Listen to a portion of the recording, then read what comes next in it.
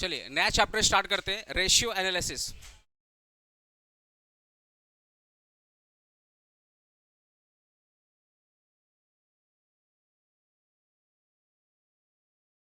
Ratio analysis, ठीक है। ध्यान से समझिए, एक एक वर्ड को अच्छे से क्लियर करते हैं। सर रेशियो क्या होता है, रेशियो एनालिसिस इन अकाउंटिंग क्या होता है, हर एक वर्ड का मतलब समझेंगे। सबसे पहले अपने समझते हैं सर ये रेशियो का मतलब क्या होता है। सबसे पहला वर्ड हमारा यही है, रेशियो का मतलब क्या है। सेकंड सेकंड हम लोग पढ़ेंगे रेशियो एनालिसिस इन अकाउंटिंग क्या है। अगर चैप्टर का बैकग्राउंड अच्छे से समझ में आ जाएगा तो चैप्टर में बहुत अच्छे से इंटरेस्ट आएगा। पहले बता दे रहा हूँ, इस चैप्टर में बहुत सारे फार्मूला है। आप अगर याद करने की कोशिश करोगे तो एक भी फार्मूला याद नहीं होगा। अगर आप फार्मूला अच्छे से समझ जाओगे, फार्मूला बन कैसे रहा है, फार्मूला का क्या क्या रिलेशंस है, अगर आप अच्छे से समझ जाओगे तो फार्मूला अच्छे से याद हो जाएगा। मैं पहले बता दे रहा हूँ, मोटा मोटा 50 फार्मूला है, ठीक है। 50 फार्मूला है, अगर आप याद करोगे नहीं याद कर पाओगे। हर एक फार्मूला को समझाऊंगा कैसे ये फार्मूला बना है, तब कुछ उम्मीद रहेगा कि आपको याद आऊगा। तब ऐसा कुछ मेरा एक्सपेक्टेशन रहेगा कि आपको एग्जाम में याद हो जाएगा। अगर आप बैठ करके आंख बंद कर रटना स्टार्ट कर दोगे नहीं हो पाएगा। आपको हर एक फार्मूला को समझना पड़ेगा, ठीक है। सबसे पहले बात करते हैं सर रेशियो का मतलब क्या होता है। देखिए, जब भी दो एलिमेंट होते हैं, जब भी दो एलिमेंट, दो अमाउंट या दो फिगर, दोनों के बीच में कुछ ना कुछ रिलेशन की बात होती है, तभी रेशियो की बात होगी। एक्चुअल में रेशियो दो फिगर के रिलेशन की बात करता है, दो अमाउंट के रिलेशन की बात करता है, दो एलिमेंट के बीच में क्या रिलेशन है वो उसकी बात करता है, ठीक है। रेशियो की रेशियो वर्ड कहाँ पे आता है, जहां पर दो एलिमेंट या दो से अधिक एलिमेंट रहे, उन दोनों के बीच में क्या है, कुछ रिलेशन है, तभी रेशियो का बात होगा, अदरवाइज उसकी बात नहीं होगी। जैसे एग्जांपल इंडिया की पॉपुलेशन कितनी है, फॉर एग्जांपल 150 करोड़। अगर इंडिया की बात करें, इंडिया की पॉपुलेशन कितनी है, 150 करोड़ है ना। 150 आधार कार्ड वाला, विदाउट विदाउट आधार कार्ड वाला नहीं, वो तो फिर ज़्यादा। हाँ ठीक है, आधार कार्ड वाला 150 करोड़, ठीक है। लेकिन अगर बात करें कि इंडिया की पॉपुलेशन है 150 करोड़, और इंडिया में अगर लेट से राइस का प्रोडक्शन हो रहा है 150 टन, तो दोनों बीच में कुछ ना कुछ रेशियो आएगा। 150 करोड़ वर्सेस 150 टन, अरे रेशियो तो आएगा नहीं, रेशियो आएगा, ऑब्वियसली रेशियो आएगा। क्या दोनों में एक रिलेशन है, ऑब्वियसली रिलेशन है। जो पॉपुलेशन ऑब्वियसली चावल तो खाएगी खाएगी, तो दोनों बीच में क्या एक रिलेशन है। 150 करोड़ की पॉपुलेशन में 150 टन का राइस है, तो एक एक पर्सन को कितना राइस मिलेगा, क्या रेशियो निकल जाएगा, आराम से निकल जाएगा, बिकॉज दोनों बीच में क्या एक रिलेशन है। थोड़ा पाकिस्तान की बात करते हैं, सॉरी पाकिस्तान की बात करते हैं, ठीक है। पाकिस्तान की बात करते हैं। पाकिस्तान की पॉपुलेशन है लेट से 25 करोड़, बोलना क्या यही है, कितनी है 25 करोड़। और इंडिया में राइस का प्रोडक्शन है 150 टन, क्या कोई रिलेशन है। पाकिस्तान की पॉपुलेशन का इंडियन प्रोडक्शन से क्या लेना देना है, इंडिया में क्या प्रोडक्शन हो रहा है वीट का, राइस का, क्या इनके बीच में कोई रिश्ता है। जब इनके बीच में कोई रिश्ता नहीं है तो आप रेशियो नहीं निकाल पाओगे, आप इनके बीच में रेशियो निकाल नहीं पाओगे। अगर आप निकालने की कोशिश भी करोगे तो उसका कोई मतलब नहीं बनता है। आप अर्थमेटिकल फार्मूला का यूज करके या अर्थमेटिक तरीके से आप रेशियो निकाल लोगे, बट इनके बीच में ये जो दो एलिमेंट है, क्या इन दो एलिमेंट के बीच में कोई रिश्ता है, क्या कोई रिश्ता नहीं है। समझ रहे मेरी बात। तो जहां पर दो एलिमेंट के बीच में रिलेशनशिप आएगा वहीं पे रेशियो की बात होगी, अदरवाइज रेशियो की बात नहीं होगी। इंडिया में राइस का प्रोडक्शन है 150 टन, और पाकिस्तान की पॉपुलेशन कितनी है 25 करोड़, क्या इन दोनों बीच में कोई रिश्ता है, अरे बोलो ना। तो क्या अर्थमेटिक का यूज करके रेशियो निकालते हैं, क्या वो सही रेशियो होगा, नहीं होगा।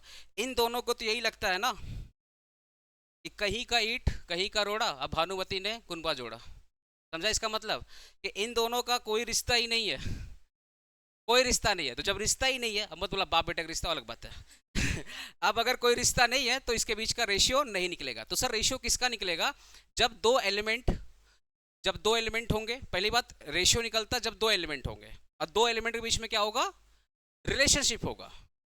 दोनों एक दूसरे पर कहीं ना कहीं डिपेंडेंसी करते हैं, उन दोनों बीच में क्या एक रिश्ता है, तब रेशियो निकलेगा, अदरवाइज रेशियो नहीं निकलेगा। देख भाई, मैं चैप्टर नहीं पढ़ा रहा हूँ, मैं इस वर्ड का मतलब समझा रहा हूँ कि आपको हर जगह बोलेगा डेटर रेशियो निकालो, डेटर स्टॉक रेशियो बोलेगा, करंट रेशियो बोलेगा, आपका हर प्रकार का बोलेगा रेशियो निकालने के लिए। क्या करोगे?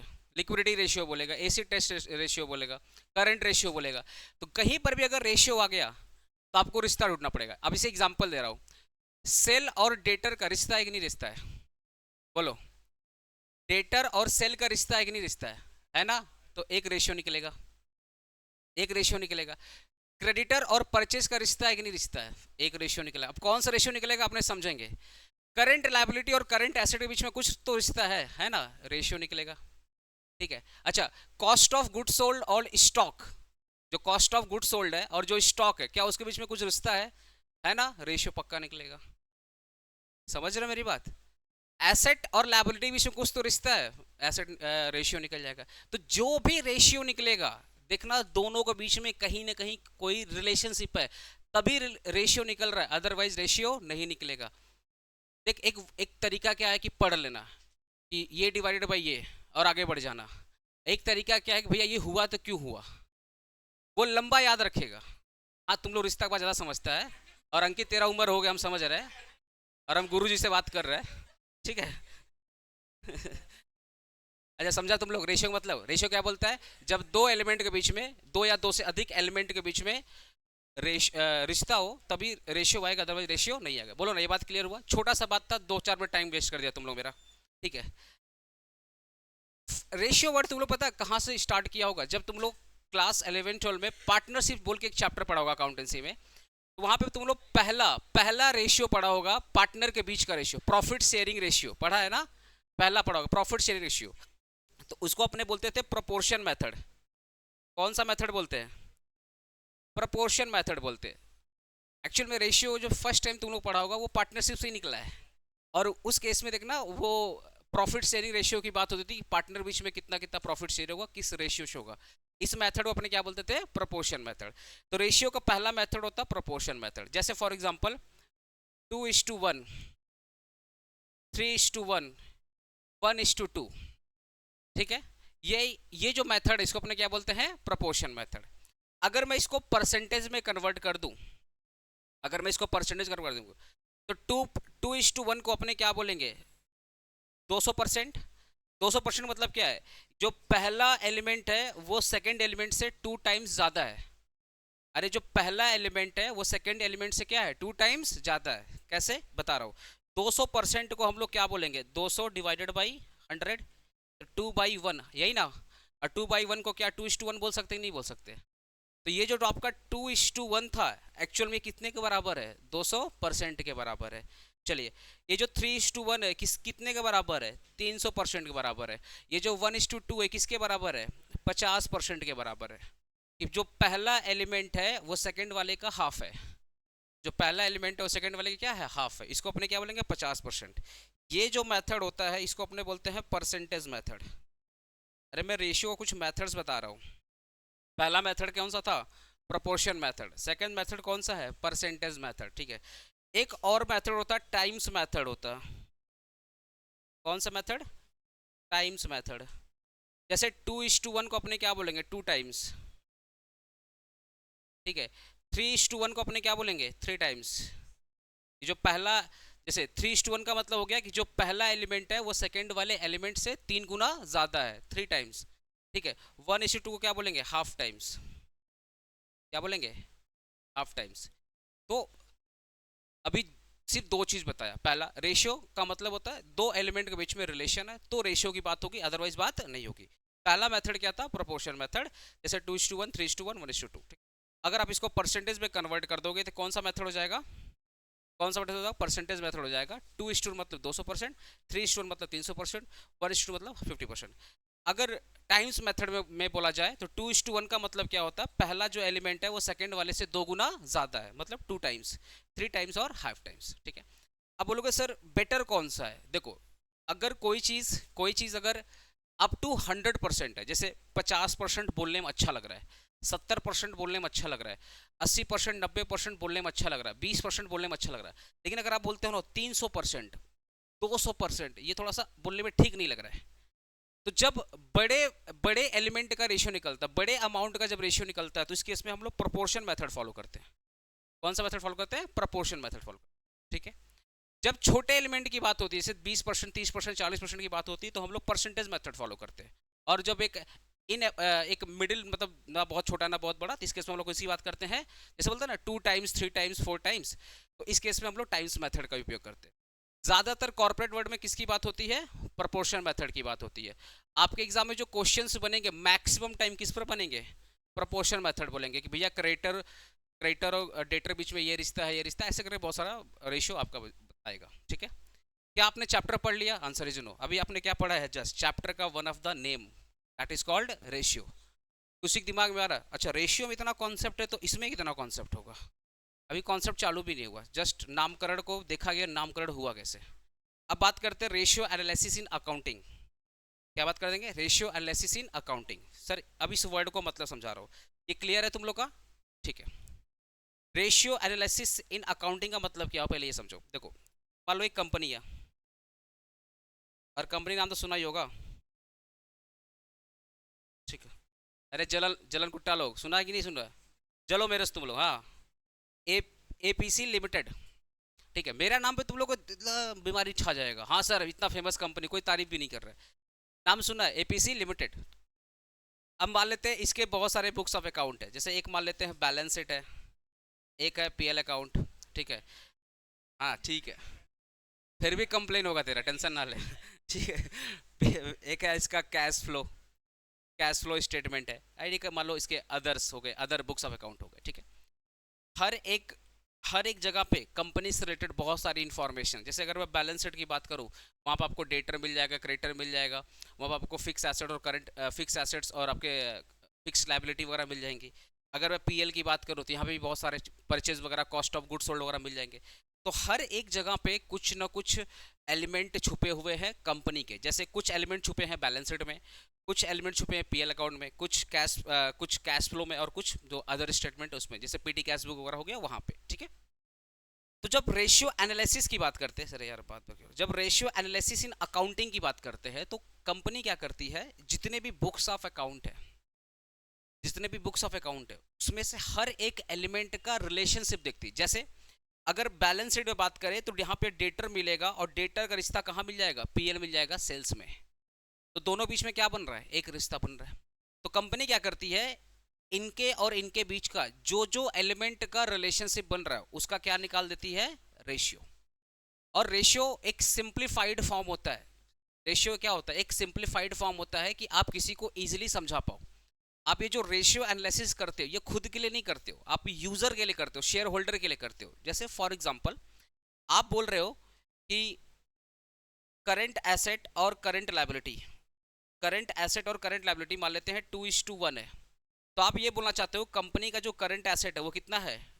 2 है, और करंट लायबिलिटी कितना है? 1 है। इसका मतलब अगर एसेट 100 रुपया का होगा तो लायबिलिटी कितना होगा? 50। बट कंपनी में जो ट्रांजेक्शन्स होते हैं, या जो अमाउंट होते हैं, जो फिगर होते हैं, वो तो करोड़ों में होते हैं। अब एक यूजर कैलकुलेटर लेकर तो बैठा नहीं है जो वो डिवाइड करके रेशियो निकाल के देखेगा।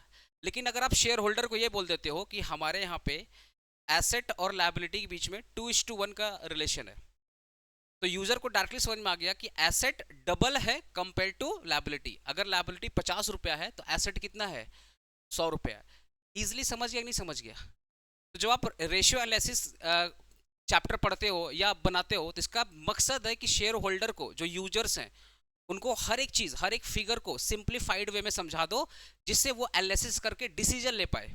अब प्लस अगर कोई चीज सिंपल फॉर्म में होती है तो मैनेजमेंट को भी मदद मिलती है कि डिसीजन वगैरह लेने में, कि इजिली आप डिसीजन ले पाए। क्योंकि जब तक कोई चीज आप समझोगे नहीं तो आप डिसीजन कैसे लोगे? तो रेशियो एनालिसिस का एक फायदा होता है ना, कि आप बड़े से बड़े फिगर को एक सिंप्लीफाइड फॉर्म में रिप्रेजेंट कर देते हो। जैसे मैं एग्जांपल दे रहा हूँ, अगर मैं बोल देता हूँ कि अगर 100% एसेट है, 50% लायबिलिटी है, तब भी तो आपको 2:1 का रिश्ता दिख रहा है। तो जब आप परसेंटेज वर्ड यूज करते हो, या टाइम्स वर्ड यूज करते हो, या रेशियो वर्ड यूज करते हो, तो बड़े से बड़ा फिगर सिंप्लीफाइड फॉर्म में हो जाता है, जो इजिली होता है समझने में। समझ गए? तो इस पूरे चैप्टर में आपको कभी पीएल अकाउंट दिया रहेगा, क्योंकि आप जो एनालिसिस कर रहे हो वो कहाँ से करोगे? बैलेंस शीट से करोगे। पीएल अकाउंट से करोगे, या कैश फ्लो स्टेटमेंट से करोगे, या अदर जो फ्लो स्टेटमेंट होते हैं उनसे करोगे। तो ये सारी चीज आपके क्वेश्चन में दिया रहेगा और बोलेगा आपको ये वाला डेट रेशियो निकालो, क्रेडिट रेशियो निकालो, क्विक रेशियो निकालो, लिक्विड रेशियो निकालो, ऐसे करके आपको कुछ ना कुछ बोलेगा निकालने के लिए। ठीक है, तो इस चैप्टर में एक वर्ड है रेशियो एनालिसिस इन अकाउंटिंग का, पहले डेफिनेशन समझ लो। अगर एग्जाम में पूछ सकता है 2 मार्क्स का, 2 नंबर का पूछ सकता है कि रेशियो एनालिसिस इन अकाउंटिंग का मतलब क्या होता है। तो मैं डेफिनेशन बोल रहा हूं, आप फटाफट लिखो, हेडिंग डालो रेशियो एनालिसिस और डेफिनेशन डाल देना, डेफिनेशन डाल देना इसका। मैंने 2 वर्ड क्लियर करवा दिया, रेशियो क्या होता है और रेशियो एनालिसिस इन अकाउंटिंग क्या होता है। क्लियर है ना 2 वर्ड? अरे बोलो ना, क्लियर है तो ठीक है। लाइव स्टूडेंट कोई दिक्कत नहीं है आप लोग को? ठीक है, ठीक, ओके लिखो रेशियो एनालिसिस इन अकाउंटिंग। मैं बोल रहा हूं फटाफट लिखिए, ratio analysis in accounting, ratio analysis in accounting, ratio analysis in accounting means examine the financial statement, examine the financial statement of a company, examine the financial statement of a company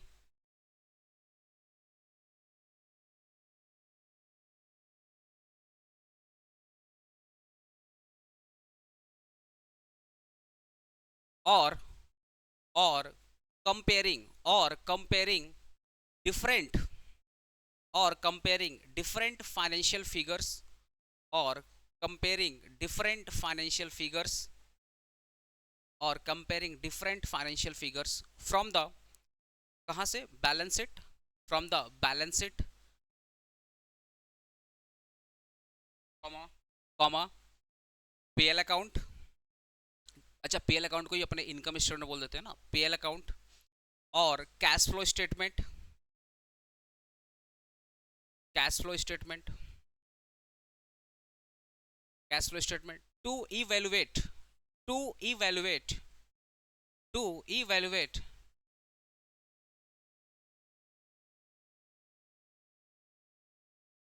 ठीक है, to evaluate how well a company is operating, how well a company is operating, how well a company is operating।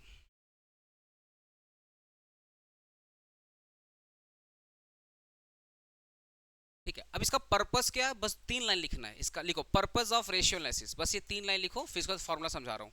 देखो purpose of ratio analysis, ratio analysis का purpose क्या है। बहुत लोगों को लगता है ना कि जस्ट प्रॉफिट को देखना, एसेट को देखना, नहीं, आप कंपनी का जो पोजीशन है, याद है तुम लोगों को मैंने ऑडिट में एक चीज पढ़ाया था, एनालिटिकल प्रोसीजर बोल के एक पढ़ाया था ऑडिट में, उसमें देखना रेशियो की बात हो रही थी।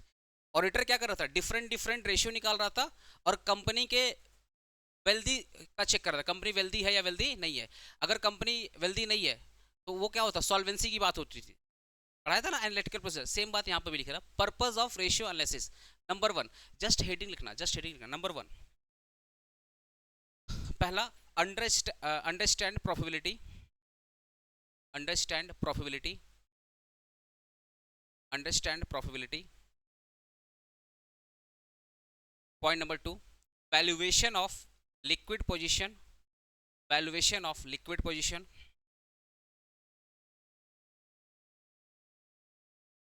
Liquid position, liquid position, position, position liquid लिखो। टू चेक सॉल्वेंसी, थर्ड वाला लिखो ना, to check solvency,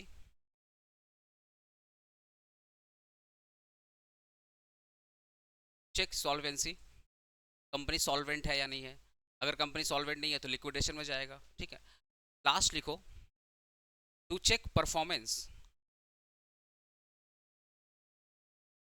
over a time, to check performance over a time, to check performance over a time. जैसे पिछले साल का टर्नओवर 2 टाइम्स था, इस साल का टर्नओवर 3 टाइम्स है, तो परफॉर्मेंस कैसा है। अरे पिछले साल का टर्नओवर 2 टाइम्स था, इस साल का टर्नओवर 3 टाइम्स है, तो परफॉर्मेंस कैसा है, बढ़िया है ना। तो आप परफॉर्मेंस को चेक करने के लिए भी रेशियो निकालते हो। मैंने क्या बोला, रेशियो एनालिसिस का बहुत सारा पर्पस है और सबसे बेस्ट पर्पस है सबसे अगर एक वर्ड में समझाऊं, एक वर्ड में समझाऊं कि जो बड़ा सा बुक्स ऑफ अकाउंट है 1000 पेज का, 2000 पेज का, उस बड़े से बुक्स ऑफ अकाउंट को सिंप्लीफाइड फॉर्म में उतार देना, जिससे यूजर जब पढ़े तो उसको समझ में आ जाएगा।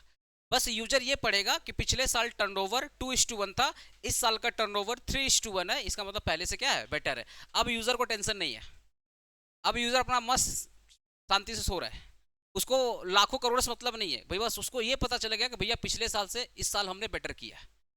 तो सिंप्लीफाइड फॉर्म में कर देना रेशियो का बहुत अच्छा यूज होता है।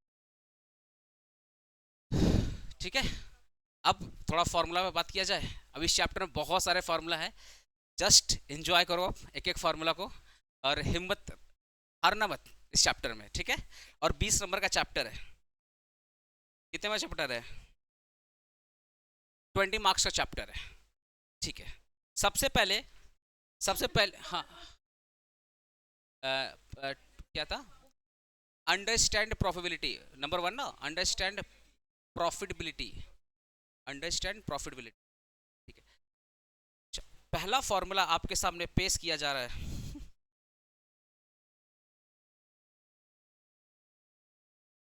हाँ, क्या चीज, अरे लिखो ना, अभी तो स्टार्ट हुआ।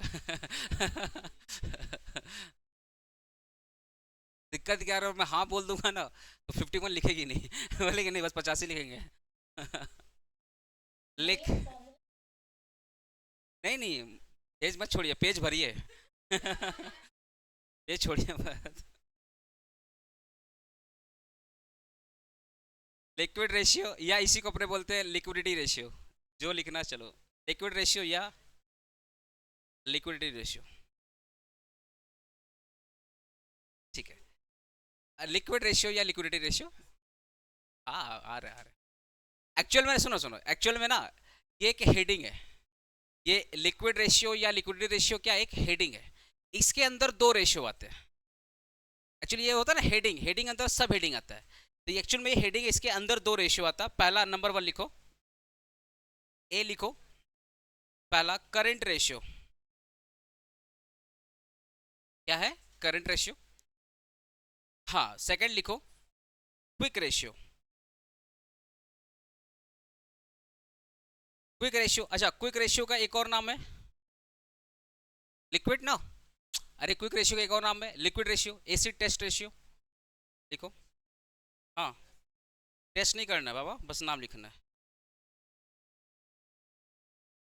ठीक है, ओके। एक्चुअल में ये एक सब हेडिंग है, सब हेडिंग के अंदर दो रेशियो आता है, एक है करंट रेशियो और एक है क्विक रेशियो, क्विक रेशियो या लिक्विड रेशियो या एसिड टेस्ट रेशियो, ठीक है। अब एक एक वर्ड का मतलब समझ रहा हूँ। पहले बात करते हैं current ratio, 5 minute current ratio बारे में बोलेंगे, ध्यान सुनना। एक फॉर्मूला क्या है, current asset divided by current liability, बोलोगे तो इतना ही बोल के आगे बढ़ जाऊंगा, या सुनना चाहोगे, सुनोगे ना तो सुनो ध्यान से। करंट एसेट एक्चुअल में क्या, पहले वर्ड क्या, करंट, करंट का मतलब देखो, एक वर्ड करंट किसका पार्ट है, लिक्विड का पार्ट है, लिक्विड रेशियो का पार्ट है। अब ये लिक्विड वर्ड क्या है, ध्यान सुनना, अगर मैं साइंस की बात करूं तो आपने पढ़ा होगा ना, साइंस में लिक्विड का मतलब क्या है, जिसका कोई शेप ना हो, जो टाइम टू टाइम क्या हो, बदलता हो। जैसे वाटर, अगर आप बोतल में डालोगे तो बोतल का शेप पकड़ लेगा, अगर बाल्टी में डालोगे तो बाल्टी का शेप हो जाएगा, ग्लास में डालोगे तो ग्लास का शेप पकड़ लेगा। जो जो फिक्स नहीं है, जो जिसका कोई आकार नहीं है, शेपलेस है, ठीक है ना, वो होता अपना लिक्विड, अगर साइंस की बात करें। सेम लॉजिक अकाउंटेंसी में, कि जो बार बार चेंज हो रहा है, जो बार बार क्या हो रहा है, चेंज हो रहा है। जैसे डेटर, डेटर क्या साल भर का फिक्स आता है क्या, पेमेंट कर दिया तो कम हो गया, पेमेंट नहीं किया तो बढ़ गया, समझ रहे हो ना। तो जो चीज बार बार चेंज हो रही है, जो चीज बार बार चेंज हो रही है, उनका नेचर कैसा है, लिक्विड। अगर आपने अगर आपने एम्प्लॉय वाला का पेमेंट कर दिया तो आउटस्टैंडिंग वेजेस सैलरी कम रहेगा, और पेमेंट नहीं किया तो आउटस्टैंडिंग सैलरी एंड वेजेस क्या हो जाएगा, बढ़ जाएंगे।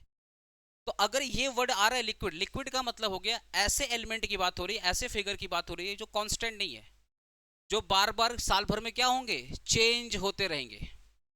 फिक्स एसेट का नाम क्या है, हेलो, फिक्स एसेट का नाम क्या है, फिक्स एसेट मतलब प्लांट एंड मशीनरी, ये सब ऑलमोस्ट क्या होते हैं, फिक्स होते हैं। अच्छा, अगर हम बोलता हूँ फिक्स एसेट फिक्स होते हैं ना, इसमें भी थोड़ा सा प्रॉब्लम है। जब आप बैलेंस शीट निकालते हो तो देखना, फिक्स एसेट में से डेप्रिसिएशन माइनस करके फिर फाइनल अकाउंट करते हो। तो पिछले साल अगर मान लो लैंड एंड बिल्डिंग 50 लाख की थी, तो इस साल 50 लाख की नहीं होगी, थोड़ी बहुत डेप्रिसिएशन वगैरह माइनस, ऐसे ऐसे माइनस नहीं होता, एमोटाइजेशन होता है। बट अगर मैं प्लांट एंड मशीनरी की बात करूं, पिछले साल अगर प्लांट एंड मशीनरी मान लो 5 लाख का था, तो इस साल 5 लाख का नहीं होगा, थोड़ा बहुत डेप्रिसिएशन तो माइनस करेंगे ना। फिर भी फिक्स एसेट का नेचर क्या होता है, फिक्स होता है। लेकिन जो लिक्विड का मतलब क्या हो गया, जो टाइम टू टाइम क्या हो, चेंज हो, जो बदलते रहे, जिसका कोई सेप नहीं हो, कभी बढ़ गया कभी घट गया। तो हर एक एलिमेंट जो जो फिक्स नहीं है, जो बदल रहा है, जो टाइम टू टाइम क्या हो रहा है, चेंज हो रहा है, वो किस में आ जाएगा, लिक्विड रेशियो में आ जाएगा। अब क्वेश्चन आ रहा है, सर लिक्विड रेशियो में तो आएगा, किसका पार्ट बनेगा, करेंट रेशियो का पार्ट बनेगा या क्विक रेशियो का पार्ट बनेगा। देखो मैं आपको फॉर्मूला समझा रहा हूँ, मेरे को क्या बोल, मैं फार्मूला का पीडीएफ बना करके भेज दूंगा, बोले रट गया अगला दिन मैं सॉल्व कराऊंगा, तुम लोग बोलेगा सर ये वाला ऊपर वाला दिखाई ना, सर ऊपर वाला नहीं दिख रहा है, मजा नहीं आएगा फिर। लेकिन हर एक वर्ड को समझो, यही लगेगा मेरे को 2 क्लास मेरे को एक्स्ट्रा लगेगा, कोई बात नहीं, हम मेहनत कर देंगे, बट वो कॉन्सेप्ट तुमको बहुत समझ आएगा पढ़ने। फिर ये चैप्टर में भागता है लोग इस चैप्टर से, और ये चैप्टर का ऐसा बजट है ना कि अगर आप तुम सीए करने जाओ उधर भी मिल जाएगा, सीएमए करने जाओ उधर भी मिल जाएगा, और सीएस करोगे तो बोला हम तो इंतजार ही कर रहे हैं तुम्हारा, उधर भी आ जाओ। तो कोई भी कॉमर्स अगर पढ़ोगे तो ये चैप्टर से मुलाकात हो गई होगी। अगर इंटर में नहीं हुआ तो फाइनल लेवल में हो जाएगा, फाइनल नहीं हुआ तो इंटर लेवल में हो जाएगा, कहीं ना कहीं तुमको ये मुलाकात मिलेगी, और तुमको तो क्लास 12 में ही मुलाकात हो गया होगा। तो ये चैप्टर बहुत इंपॉर्टेंट चैप्टर है, इसलिए अच्छे से पढ़ो, भागो मत इस चैप्टर से, ठीक है। तो क्वेश्चन आ रहा है कि सर ऐसा एलिमेंट, ऐसा फिगर जो फिक्स नहीं है, जो बार बार चेंज हो रहा है, ऑब्वियसली ये लिक्विड रेशियो का पार्ट होगा या लिक्विडिटी रेशियो का पार्ट होगा, तो सर इसमें कौन सा आएगा, करंट वाला आएगा या क्विक वाला आएगा। बहुत सारे लोगों को लगता है कि करंट और क्विक सेम होता है, आंसर इज नो, दोनों में डिफरेंस है। वो डिफरेंस क्या हो अभी मैं क्लियर करूंगा। सबसे पहले हम अगर करंट की बात करें, करंट की बात करें, तो करंट रेशियो का मतलब, करंट रेशियो का मतलब ऐसे एलिमेंट जो फिक्स है नहीं है। जैसे आपने पढ़ा होगा डेटर, डेटर क्या फिक्स है, नहीं। क्या स्टॉक्स हमारे जो होते हैं वो साल भर फिक्स होते हैं, नहीं। क्या हमारे जो बिल्स रिसीवेबल होते हैं क्या साल भर फिक्स होते हैं, नहीं होते। क्या जो हमारी जो बेसिकली क्या बोलते हैं कैश एंड कैश इक्विवेलेंट होते हैं, क्या वो साल भर फिक्स होते हैं, नहीं, नहीं होते ना। तो वो सारे क्या है, करंट एसेट है। क्या plant and machinery bar bar change होता है क्या, नहीं ना, वो फिक्स नेचर का हो गया, मतलब वो इसका पार्ट नहीं है। मशीनरी क्या इसका पार्ट है, नहीं। क्या लैंड एंड बिल्डिंग इसका पार्ट है, नहीं। जो फिक्स्ड इन्वेस्टमेंट जिसको अपने नॉन करंट इन्वेस्टमेंट बोलते हैं, क्या वो साल भर चेंज होते हैं, नहीं। इसका मतलब ये पार्ट नहीं है। क्या डेटर इसका पार्ट है, हाँ इसका पार्ट है, वो साल भर क्या होता है, चेंज होता है। चलो अगर मैं लायबिलिटी की बात करूं, क्रेडिटर क्या साल भर चेंज होता है, चेंज होता है ना। आउटस्टैंडिंग वेज सैलरी चेंज होता है ना, चेंज होता है, ठीक है। तो जो एसेट और लायबिलिटी बार बार बार बार चेंज होते हैं, वो इसी का पार्ट होता है करंट रेशियो का। तो फॉर्मूला क्या बन गया, current asset divided by current liability. लिख लो इसका formula, current asset divided by current liability. अरे समझ समझ पा रहे हो मेरी बात, current asset divided by current liability, ठीक है। तो करंट रेशियो का फॉर्मूला हो गया current asset divided by current liability. Sir क्यों हुआ, क्योंकि ये सारे के सारे जो एलिमेंट है, जो फिगर, वो बार बार क्या हो रहे हैं, चेंज हो रहे हैं, ठीक है। अब बात करते हैं quick ratio. Before talking about quick ratio, ठीक है, एक बार मैं इसका फॉर्मूला लिखता हूँ और फिर मैं इसको एक्सप्लेन करता हूँ। तो हेडिंग डालो क्विक रेशियो। इसका जो फॉर्मूला है, इसका जो फॉर्मूला है, ये ध्यान से सुनना, इसका जो फॉर्मूला वो ध्यान सुनना। एक्चुअल में इसको बोलते हैं क्विक एसेट। ई फॉरवर्ड मत करना, जो पढ़ा रहा हूं पहले समझ, इसको क्या बोलते हैं, quick asset divided by quick, ठीक है। क्या हो गया, quick asset divided by quick liability, पहले इतना लिख लो।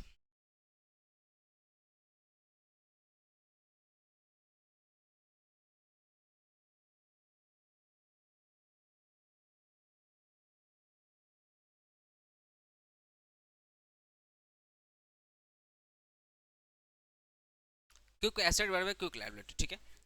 एक बार एक बार करंट एसेट का लिखो, current example of current asset, वैसे लिखो ना, एग्जांपल ऑफ, बस ये कॉन्सेप्ट को समझाने के लिए मैं कुछ एग्जांपल लिख रहा हूं, example of current asset and current liability. सबसे पहले करंट एसेट का एग्जांपल देखेंगे, क्या क्या है, कैश एंड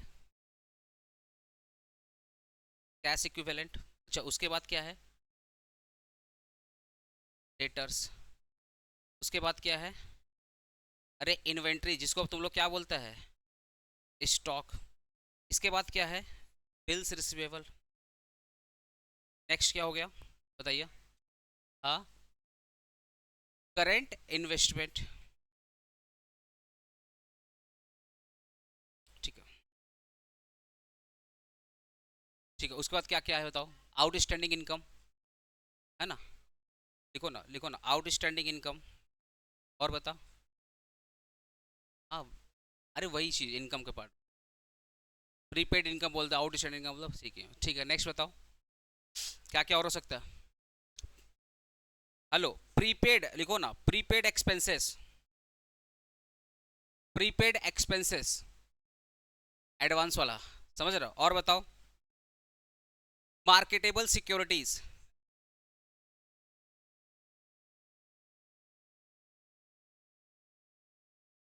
मार्केटेबल सिक्योरिटीज, अब वो लिखो ना, शॉर्ट टर्म लोन्स और एडवांसेस, जो है लिखना लिखो, मार्केटेबल सिक्योरिटीज, ठीक है।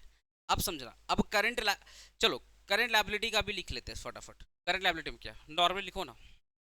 पहले बात करते हैं लेटर, फिर क्या होगा, बिल्स पेबल, फिर क्या होगा, आउटस्टैंडिंग वेजेस एंड सैलरीज। अब दो चीज मैं अलग अलग कलर्स लिखूंगा।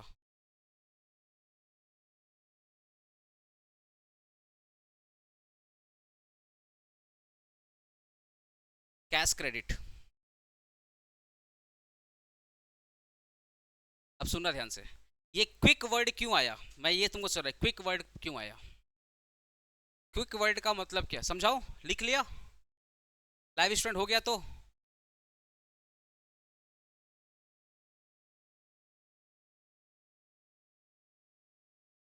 भाई तुम राहुल क्लास के बाद मेरे को कॉल कर भाई तुम, ठीक है, क्लास के बाद हम मेरे को कॉल कर, तुम या तो मेरे सेंटर पे आ मिलने। मैसेज में पढ़ने आया, क्या लिख रहा है। क्लास को कॉल करना, बात कर देते रहे सब, ठीक। कैश एंड कैश इक्विवेलेंट, ठीक है, कैश एंड कैश इक्विवेलेंट।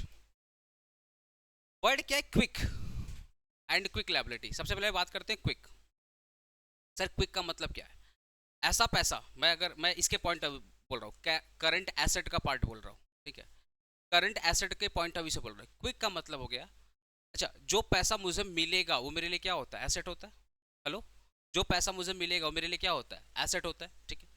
तो जो पैसा मेरे को 15 दिन में मिले या 20 दिन में मिले या 2 मंथ मिले, मेरे को एक टाइम पीरियड पता है कि अगर मान लो 2 मंथ में पैसा मुझे मिल जाएगा और ये मैं श्योर शॉट हूँ, तो मेरे लिए वो जो बैलेंस होगा वो क्विक बैलेंस होगा, क्योंकि मुझे पता है 2 मंथ के बाद वो पैसा मुझे मिल जाएगा। जैसे एग्जांपल कैश, कैश तो बैंक पड़ा हुआ है, जब इच्छा है तब मैं यूज कर लूंगा, इसलिए ये किसका पार्ट आएगा, क्विक, क्विक का पार्ट आएगा, मतलब ये क्विक एसेट का पार्ट आएगा।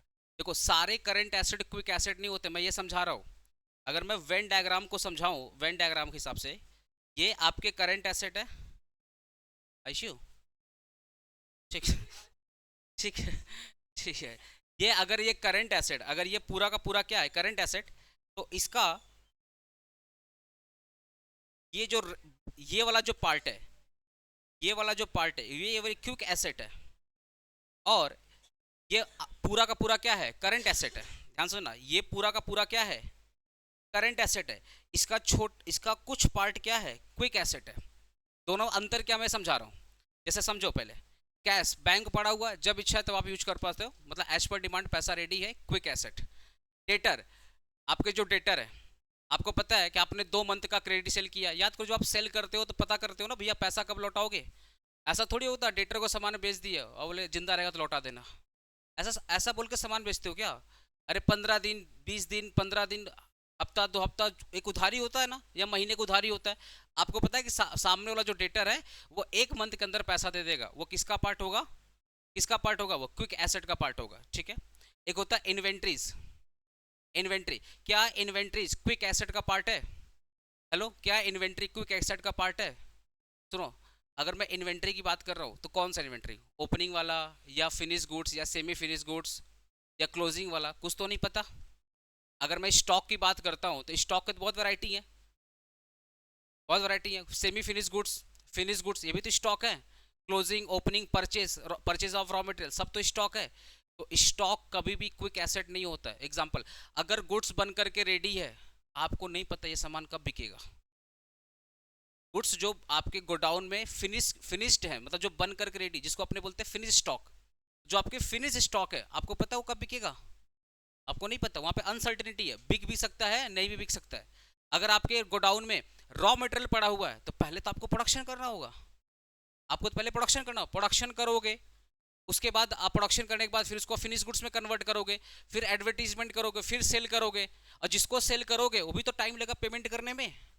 जिसको सेल करोगे तो भी तो टाइम लेगा लेगा ना पेमेंट करने में, क्योंकि बड़ा बड़ा बिजनेस उधारी पे चलता है।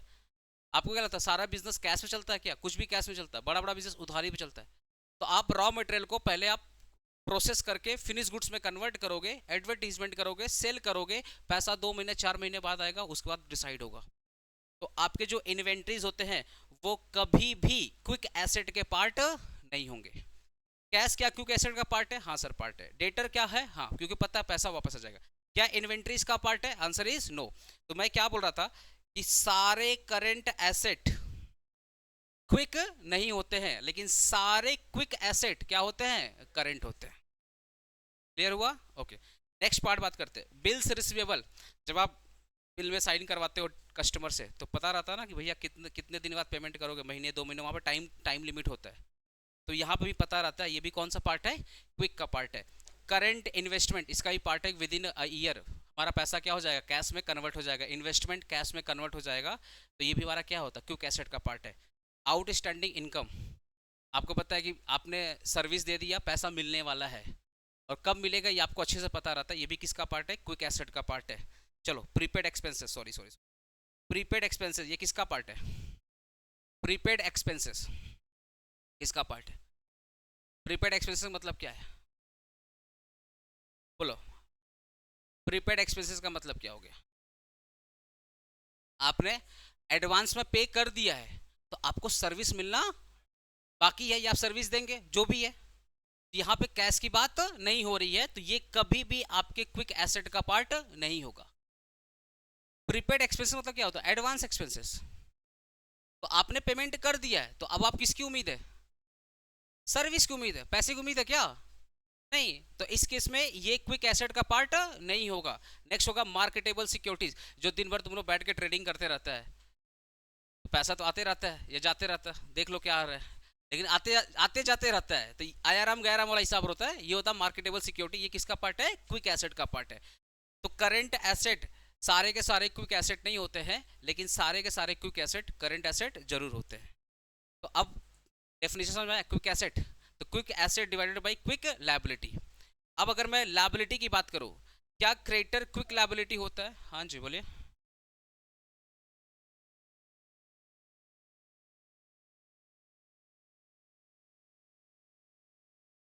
आफ्टर क्लास, ठीक है, आफ्टर क्लास में बता दूंगा, अभी पढ़ाने दीजिए। करंट क्रेडिटर, क्रेडिटर क्या करंट एसेट का करंट लायबिलिटी का पार्ट है? हाँ सर, करंट लायबिलिटी पार्ट है। क्या ये क्विक है? ऑब्वियसली क्विक है। जब आप क्रेडिटर से उधारी लेते हो तो बोल देते हो भैया 2 मंथ में पेमेंट करेंगे या 1 मंथ में पेमेंट करेंगे, एक टाइम लिमिट लेते हो ना पेमेंट करने का। तो यहाँ पर ही पता है कि पैसा 1 मंथ में देना है या 2 मंथ में देना है, तो ये क्विक लायबिलिटी का पार्ट है। बिल्स पेबल ये किसका पार्ट है? क्विक लायबिलिटी का पार्ट है। जब क्रेडिटर ने साइन करवा लिया, तो वहाँ पे आप साइन करते हो कि 2 मंथ में 1 मंथ में पेमेंट कर देंगे, वहाँ पे साइन करते हो आप, तो ये भी क्विक लायबिलिटी का पार्ट है। आउटस्टैंडिंग वेजेस सैलरी, ये भी किसका पार्ट है? क्विक लायबिलिटी का पार्ट है। अगर आप स्टाफ को सैलरी नहीं दोगे, एम्प्लॉय को सैलरी नहीं दोगे, कितना दिन वेट करेगा? 1 महीना 2 महीना, नहीं तो फिर कंपनी छोड़ करके चला जाएगा। तो आपको पता है कि विद इन 1 मंथ या विद इन 2 मंथ सारे के सारे एम्प्लॉय का, स्टाफ का सैलरी क्लियर करना पड़ेगा। ये भी किसका पार्ट है? क्विक लायबिलिटी का पार्ट है। लेकिन ये जो दो मैंने लिखा है ना, ये ध्यान समझना। ओवरड्राफ्ट, ओवरड्राफ्ट कभी भी क्विक लायबिलिटी का पार्ट नहीं होता। ओवरड्राफ्ट का मतलब क्या हो गया? मैं एक एग्जांपल दे रहा हूँ। सपोज आपने 15,000 का चेक दिया, अकाउंट में था 10,000 रुपया, फिर भी बैंक वाले ने चेक क्लियर कर दिया, लेकिन आपके अकाउंट में कितना पैसा था? 10,000। तो 5,000 का उधारी किसने दे दिया? बैंक वाले ने दे दिया। क्वेश्चन आ रहा है, क्या सर बैंक वाला सबको देता है क्या? नहीं, आपको ओवरड्राफ्ट फैसिलिटी अप्लाई करना पड़ता है, आपको अप्लीकेशन फॉर्म भरना पड़ता है। आपका अगर हिस्ट्री वगैरह सही है, आप बैंक के बहुत अच्छे कस्टमर हैं, तो बैंक वाला आपको ये फैसिलिटी दे देगा। तो आपने ओवरड्राफ्ट फैसिलिटी ऑलरेडी इनेबल किया है। तो इस केस में अगर आपका चेक अमाउंट आपके बैलेंस अमाउंट से ज़्यादा है तो कंपनी जो बैंक वाले होते हैं वो एक्स्ट्रा पेमेंट करके चेक क्लियर करवा देते हैं, बाउंस नहीं करवाते। अब इसमें बैंक का बेनिफिट है, बैंक वाला 5,000 का आपको ओवरड्राफ्ट फैसिलिटी दे दिया तो बैंक वाला कभी भी आपको मैसेज नहीं देगा पेमेंट कर दो, क्योंकि बैंक वाला आपके अकाउंट से हर महीने क्या चार्ज करेगा, इंटरेस्ट, और आपके बैंक बैलेंस को नेगेटिव करते जाएगा। और जब कभी आप उसमें पैसा डालोगे पहले इंटरेस्ट काटेगा। तो ओवरड्राफ्ट फैसिलिटी में कहीं पर भी बैंक वाला ये मैसेज नहीं करेगा कि आप मेरा पेमेंट क्लियर कर दो। बैंक वाला तो और खुशी मनाएगा कि आप जितना लेट पेमेंट करेंगे बैंक वाले को उतना इंटरेस्ट बनेगा, बैंक वाले को उतनी कमाई होगी। तो इस केस में ना कोई ड्यू डेट आता ही नहीं है, तो ये कभी भी आपका क्विक लायबिलिटी है ही नहीं। ठीक है, समझ रहा मेरी बात। एक बात करते कैश क्रेडिट, जो क्रेडिट कार्ड यूज करते हैं लोग, देखना क्रेडिट कार्ड में 45 दिन या 50 दिन का टाइम पीरियड मिलता है क्रेडिट कार्ड में। एक महीने के बाद बिल जनरेट होता है और 15 दिन, कोई बैंक 18 दिन, कोई बैंक 20 दिन का टाइम देता है आफ्टर जनरेटिंग द बिल। तो मान लो 30 तारीख को बिल जनरेट हुआ, ठीक है, आपने मान लो शॉपिंग किया 1 जनवरी को, 31 जनवरी को बिल जनरेट हुआ और बोला 14 फरवरी को पेमेंट कर देना। खर्चा कब किया था, 1 जनवरी को। बिल कब आया, 31 जनवरी को। अब पेमेंट करने का ड्यू डेट क्या है, 14 फरवरी। तो लगभग 1.5 मंथ का टाइम मिल गया पेमेंट करने का। ठीक है, पता बैंक वाला आपको एक मैसेज देता है, बोला अगर आप पूरा बिल नहीं चुका पाओगे एक मिनिमम अमाउंट पे कर देना। अगर आप 50,000 का शॉपिंग करते हो तो बैंक वाला बोला 500 पे कर देना ना, और रिमेनिंग कोई बात नहीं, हम इंटरेस्ट का चार्ज कर लेंगे। मतलब अगर आप 50,000 का शॉपिंग करोगे तो बैंक वाला बोलेगा मिनिमम अमाउंट 500 पे कर दो। लोग बोलते हैं ना क्रेडिट कार्ड का बिल चुका देना चाहिए, बैंक वाला बोलता क्यों चुकाना है, 50,000 का बिल है, 1.5 महीने का टाइम दिए, नहीं हो पा रहा, तुम्हारा तकलीफ हम समझ रहे हैं, तुम 500 रुपया पे कर दो, बाकी जो रिमेनिंग अमाउंट है इस पर हम ज़्यादा नहीं 3% का इंटरेस्ट चार्ज कर देंगे हर महीने, और तुम साल भर मत पे करो। तो अगर एक मंथ में 3% तो साल भर में 36%।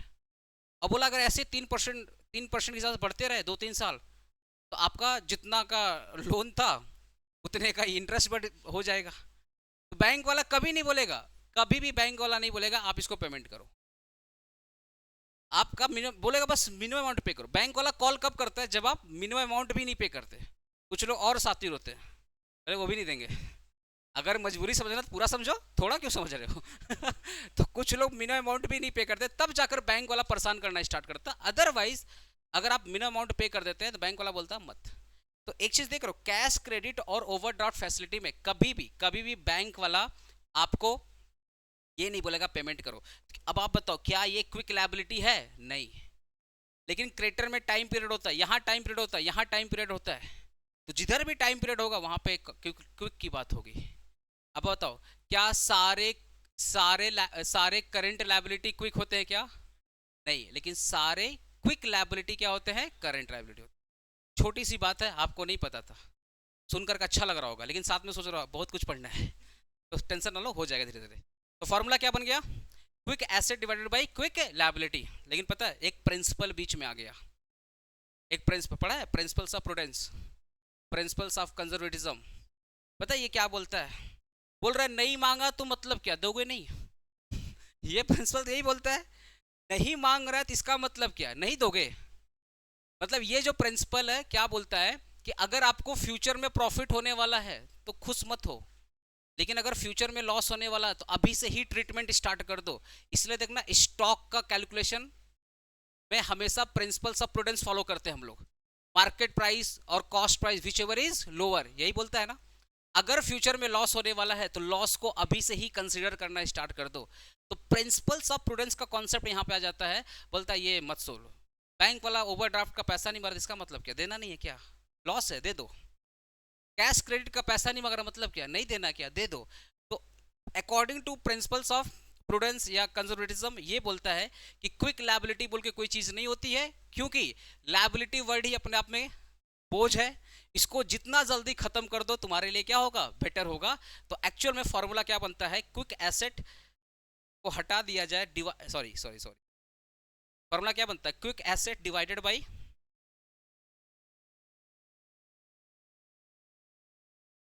क्या बन गया, quick asset divided by current liability. Actual में ये फॉर्मूला बनता है। क्यों फॉर्मूला बना, फॉर्मूला ये वाला क्यों बना, because of principles of prudence. Clear हुआ? अब लिख लो, ये दो चीज लिख लो। एक एक हेडिंग क्लियर हो गया, लिक्विड रेशियो का मतलब क्लियर हुआ, लिक्विड रेशियो या लिक्विडिटी रेशियो क्लियर हुआ।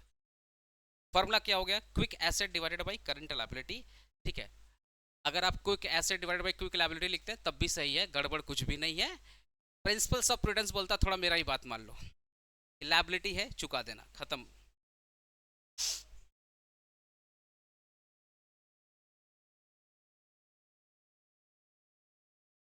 आगे बढ़े?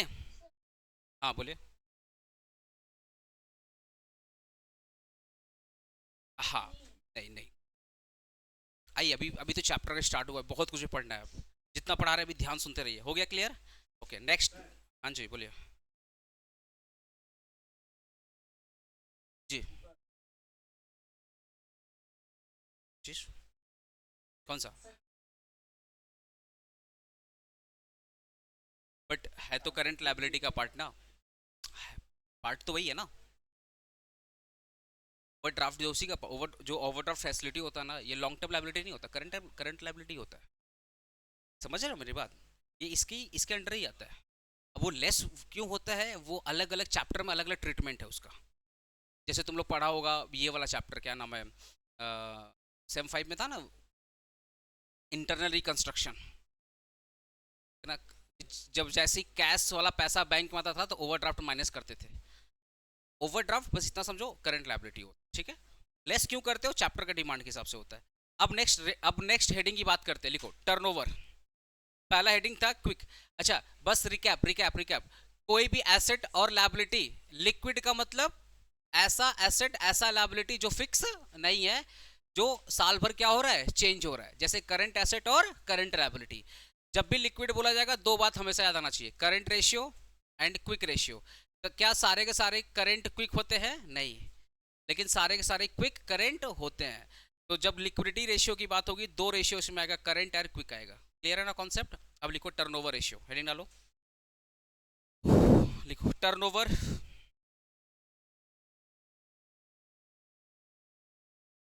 ये हेडिंग है, टर्नओवर रेट या एक्टिविटी रेट।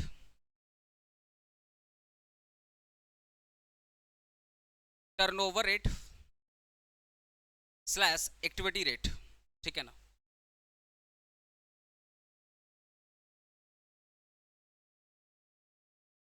टर्नओवर रेट या एक्टिविटी रेट, ओके। अब जब भी टर्नओवर की बात हो, जब भी टर्नओवर की बात हो, टर्नओवर का मतलब किसकी बात हो रही है? अरे बोलो ना, टर्नओवर किसकी बात हो रही है? सेल्स की बात हो रही है, ठीक है। अब जो सेल का रिश्ता किसके साथ है देखना, हर जगह कुछ ना कुछ सेल्स का रिलेशन आएगा, ठीक है। तो पहले मैं फटाफट नाम लिखता हूं और फिर फॉर्मूला बना कैसे फिर ये समझाता हूं, ठीक है। जैसे पहला लिखो इस तक। अच्छा एडमिट कार्ड कब तक आ रहा है? 30 लिखा हुआ है, 30 तक थोड़ी आ रहा है क्या? हाँ तो नहीं बोले 30 क्यों बोल, तुम लोग अपना एडमिट कार्ड भी याद नहीं है। देखो तो fixed asset, fixed asset turnover ratio, fixed asset turnover ratio, ठीक है। Fix asset turnover ratio. अब अगर ये आया, इसका सिंपल से बात है, सिंपल से बहुत इजी फार्मूला है, टर्नओवर डिवाइडेड बाय जिसके बारे में पूछ रहा है, किसके बारे में पूछ रहा है, फिक्स एसेट बारे में पूछ रहा है, तो turnover divided by fix asset, ठीक है। लिख लो फॉर्मूला लिख लो। हाँ सेकंड टाइप सही है, turnover divided by fix asset, ठीक है। अच्छा इसको हम लोग क्या लिख सकते हैं, टर्नओवर का दूसरा नाम क्या है, sales, sales divided by fix assets, ठीक है। इसका एक और नाम आएगा, जगह छोड़ देना, कभी कभी सेल्स नहीं दिया रहेगा तो एक और नाम आता है, वो भी बताऊंगा। थोड़ा सा स्पेस छोड़ देना फार्मूला का, लिख लो फॉर्मूला फिर समझाता हूं नाम क्यों पड़ा। फिर लिखो करेंट एसेट टर्नओवर रेशियो, तुम लोग बना लेगा तो क्या फॉर्मूला है बताओ, टर्नओवर, यही ना, डिवाइडेड बाय करेंट एसेट। या sales divided by current asset. एक और जगह छोड़ देना। नेक्स्ट,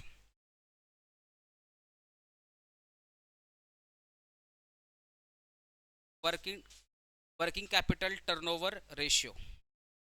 ठीक है, मेन क्या हो रहा है, ये चैप्टर लेंदी क्यों पड़ जाता है कि लोगों को ना फार्मूला याद नहीं होता है। अच्छा तुम लोग अगर लिवरेज की बात करो, लिवरेज में फार्मूला था ना, डॉल डीएफएल से पढ़ाए थे ना, डीएसएल। देखना स्टार्टिंग का 2-3 क्लास मैंने फार्मूला पे कमांड किया था। एक बार फार्मूला क्लियर हो जाता है ना तो फिर सॉल्यूशन समझ में आता है कि कैसे कैसे सॉल्यूशन हो रहा है।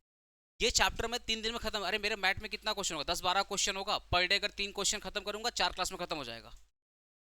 तो सिलेबस ऐसे ही पूरा होता है। सिलेबस ऐसे ही पूरा होता है कि पहले दिन कॉन्सेप्ट ना दे करके पहले दिन से ही सॉल्यूशन सॉल्व हो गया, सिलेबस पूरा। लेकिन 2 दिन एक्स्ट्रा पढ़ लोगे तो वो 4 दिन मेहनत कम लगेगी, क्योंकि वो 4 दिन समझ में आएगा कि ये भैया सॉल्यूशन हो रहा है तो कैसे हो रहा है। लेकिन ये 2 दिन आपको मेहनत करना पड़ेगा। वर्किंग कैपिटल का फॉर्मूला बताओ हमारे हिसाब से क्या होगा, turnover divided by working capital. लिख लो।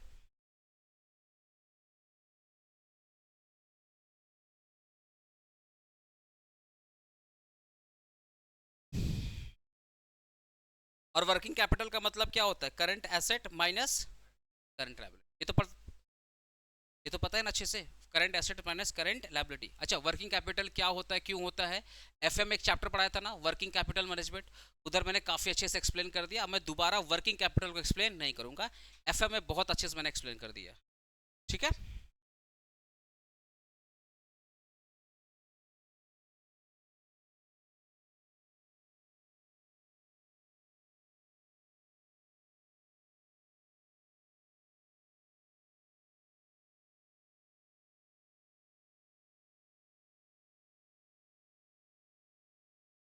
चलो अब इसका नाम पढ़ते हैं। इसका नाम पढ़ते हैं।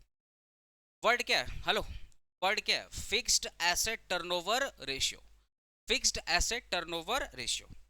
टर्नओवर का मतलब क्या हो गया, सेल। एक्चुअली टर्नओवर मतलब क्या होता है, sales. Sales divided fix asset. अब ये फॉर्मूला बना क्या, ध्यान से बनाए कैसे, कैसे फॉर्मूला आ रहा है देखो। ये जो फिक्स एसेट है या ये जो करंट एसेट है, एक्चुअल में एसेट की बात कर रहा हूँ, एसेट की बात कर रहा हूँ। ठीक है, क्या एसेट का रिलेशन इनकम के साथ है या नहीं है, बोलो। क्या एसेट का रिलेशन इनकम के साथ है या नहीं है, लाइव स्टूडेंट। क्या एसेट का रिलेशन इनकम के साथ है या नहीं है। अच्छा, क्या इनकम का रिलेशन टर्नओवर के साथ है या नहीं है। क्योंकि देखो जहां पर रिलेशंस है वहीं पे रेशियो की बात होगी, जहां पे रिश्ता नहीं है वहां पे रेशियो की बात नहीं होगी। अब अपने दोस्त को रेशियो मत बोलना स्टार्ट कर देना, तुम तो रेशियो है मेरा ऐसे मत बोलना, ठीक है। यहाँ पे टॉपिक समझा रहा हूँ कि जहां, क्योंकि ये जो फिक्स एसेट है उनका कहीं ना कहीं इनकम के साथ वास्ता है, और इनकम मतलब टर्नओवर के साथ क्या है, लेना देना है। अब इसको लॉजिकली समझो, किसी भी कंपनी का टर्नओवर ज्यादा है, किसी भी कंपनी का टर्नओवर ज्यादा है तो ऑब्वियसली उसके एसेट भी क्या होंगे, उसके भी एसेट भी क्या होंगे ज्यादा। डायरेक्ट रिश्ता है, समझ रहे हो। तो फॉर्मूला क्या बन गया, sales divided by fix asset. बोला तो फिक्स एसेट, अगर करंट बोलेगा तो करंट एसेट, है ना रिश्ता। दैट इज वाई रेशियो है, अदरवाइज रेशियो नहीं आता। ठीक है, अब बात करते हैं वर्किंग कैपिटल। अरे वर्किंग कैपिटल भी तो एसेट का डिफरेंस और लायबिलिटी का डिफरेंस है। तो sales sales divided by working capital. सुनो, current asset minus current liability, current asset minus current liability, इनका भी तो रिश्ता सेल के साथ में है। अरे इनका भी तो रिश्ता सेल के साथ में, कैसे, हेलो कैसे बता रहा हूं। सेल ज्यादा करोगे, सेल ज्यादा करोगे मतलब क्रेडिट सेल अगर ज्यादा करोगे तो डेटर बढ़ जाएंगे, डेटर क्या हो जाएंगे, बढ़ जाएंगे। और अगर डेटर ने पेमेंट कर दिया तो वो पैसा आपको मिलेगा, और वो पैसा आपने क्रेडिटर को दे दिया तो क्रेडिटर कम हो जाएंगे। तो सेल का रिश्ता इनके साथ है या नहीं है, सेल का रिश्ता करंट एसेट और करंट लायबिलिटी के साथ है, ऑब्वियसली है। तो current asset minus current liability को अपने क्या बोलते हैं, वर्किंग कैपिटल। तो जो सेल्स का रिलेशन है, जो सेल्स का रिलेशन वो इनके साथ भी है, इनके साथ भी है और इनके साथ भी है। दैट इज वाई रेशियो का फॉर्मूला बनता है, अदरवाइज फॉर्मूला नहीं बनता। कभी कभी एग्जाम में, कभी कभी एग्जाम में पता है सेल्स नहीं दिया रहता है, सेल्स नहीं दिया रहता है। अगर सेल्स नहीं दिया रहेगा तो इस केस में फॉर्मूला क्या बन जाएगा, cost of good sold divided by fix asset. अगर हाँ, ये एकदम लास्ट में फॉर्मूला बनता है जब कभी सेल्स नहीं दिया रहेगा तो। Cost of good sold divided by, लिखो ना, कॉस्ट ऑफ गुड सोल्ड, लिखो लिखो, कॉस्ट ऑफ गुड सोल्ड, इसका मैसेज रुको तो मैसेज आ रहा, हाँ मुझे भी आ रहा है, ये पढ़ पता है क्लास में फिर भी सर को मैसेज कर रहा है, DCM6 वाला ही है। कभी कभी अगर सेल नहीं पता है, कभी कभी तो इस केस में क्या होगा, cost of good sold divided by current asset, ठीक है, यहाँ पे हो जाएगा cost of good sold divided by working capital. अब ये कॉस्ट ऑफ गुड सोल्ड क्यों आया, मैं ये समझा रहा हूँ। अगर सेल दिया रहे, देखो ये प्राइमरी फार्मूला है, अगर प्राइमरी फार्मूला में सेल नहीं पता है और एक क्वेश्चन में क्या दिया है, कॉस्ट ऑफ गुड सोल्ड, तो सेल के जगह पे क्या लिख देना, कॉस्ट ऑफ गुड सोल्ड। 18 से एग्जाम है, अच्छा ठीक है कोई बात नहीं।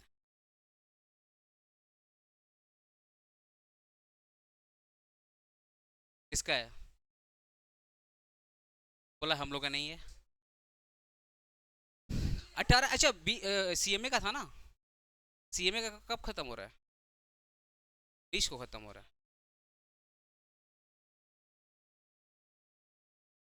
अच्छा ठीक है, वो तुम लोगों को तो बोला थे 20 तारीख के आसपास एग्जाम होगा, वो तो पहले से बोल कर रखा हो, तुम्हें घबराने क्या है, देखना कौन है। अरे ये 3 दिन में खत्म होगा चैप्टर, क्यों टेंशन ले रहा है, इसको रिवीजन करेंगे अपने लोग। हाँ बोलो, अरे अरजी सर एक मिनट आप थोड़ा, हाँ ठीक है ठीक है ठीक है। तो अगर सेल नहीं है तो अपने क्या बोलेंगे, कॉस्ट ऑफ गुड सोल्ड, अगर सेल नहीं रहेगा तो क्या बोलेंगे, कॉस्ट ऑफ गुड सोल्ड, ठीक है। अब ऐसा क्यों हो रहा है, सुनो सुनो, स्टार्टिंग में ये चैप्टर थोड़ा सा, पहला और दूसरा दिन में थोड़ा सा प्रॉब्लम होगा, एक बार चैप्टर पर कमांड आएगा, with in 2 days chapter complete हो जाएगा। 20 नंबर का जो चैप्टर है ना, बहुत आसान चैप्टर है, मेन फार्मूला है, फार्मूला पे क्लियर होगा, चैप्टर भी क्लियर हो जाएगा, ठीक है। आज कितना तारीख है, कितना, 27 है ना, 27 है ना, आज 27 है, तो ठीक है 29 तक चैप्टर कंप्लीट हो जाएगा। अरे डबल ट्रिपल क्लास खत्म, टेंशन ना लो। चलो, cost of goods sold divided by working capital. अब ये क्यों हुआ, अब ये क्यों हुआ, ध्यान समझना, ये क्यों हुआ, जैसे तुम लोग पढ़ा होगा, सुनो तुम लोग पढ़ा होगा, ओपनिंग स्टॉक, ध्यान समझना क्या पढ़ा होगा, ओपनिंग स्टॉक, फिर रॉ मटेरियल परचेस, है ना, रॉ मटेरियल परचेस, फिर इसमें क्या ऐड किया होगा, डायरेक्ट वेजेस, फिर क्या ऐड किया होगा, डायरेक्ट एक्सपेंसेस। अरे सुनो ना, मिल के क्या आता है, प्राइम कॉस्ट, कॉस्ट पढ़ा है तुम लोग, हाँ इस सबको रॉ मटेरियल कंज्यूम बोलते हैं, कंज्यूम वर्ड सिखाना नहीं है। एक काम करो तुम लोग, एग्जाम्पल लिखो ना, ये वाला एग्जाम्पल साथ में लिखो, मैं बोल रहा हूँ तुम लोग को, ये वाला एग्जाम्पल साथ में लिखो, काम आएगा एग्जाम में ना, तुम्हारा सेल्स नहीं दिया रहेगा तो फिर अपने को कॉस्ट ऑफ गुड्स सोल्ड निकालना पड़ जाएगा। ये वाला लिखो, जो लिखवा रहे हो लिखो, लिखो तो यहाँ पे एडिशनल इन्फॉर्मेशन बोल के लिखो, तो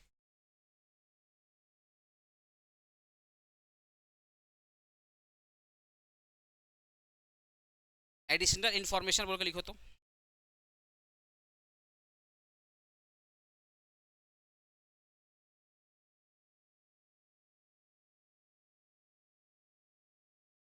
देखो ओपनिंग स्टॉक प्लस परचेस,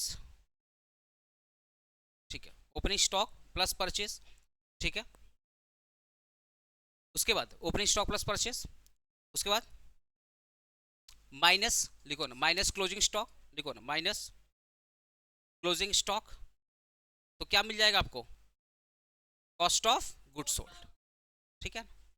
तो अगर आपके एग्जाम में सेल नहीं दिया हुआ है और आपके एग्जाम में ओपनिंग स्टॉक परचेज और क्लोजिंग स्टॉक दिया रहेगा, तो ये फॉर्मूला यूज करके क्या निकल जाएगा आपको, कॉस्ट ऑफ गुड सोल्ड, ठीक है, कॉस्ट ऑफ गुड्स।